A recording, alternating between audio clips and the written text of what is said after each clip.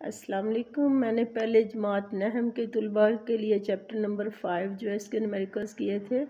कल फिर मैंने देखा जमात नहम की तालबात मेरे स्कूल की जो हैं वो चैप्टर सेकंड और थर्ड के न्यूमेरिकल से परेशान थी।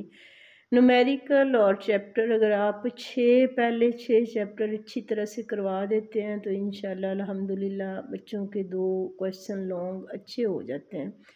मैंने 5वें के करवा दिए हैं। मैंने फ़र्स्ट के न्यूमेरिकल्स भी कर लिए हैं। आज मैं कोशिश करूँगी 9th क्लास के सारे न्यूमेरिकल जो है ना उनमें जो जो चीज़ जहाँ जहाँ बच्चे के लिए ट्रबल कर सकती है, बहुत ज़्यादा टाइम भी ना लगे, शॉर्ट भी हो जाए और गाइडलाइन भी मिल जाए, वो मैं सारी वीडियोस बना लूँगी, अपलोड कर दूँगी 2-3 दिन में इंशाल्लाह ताला।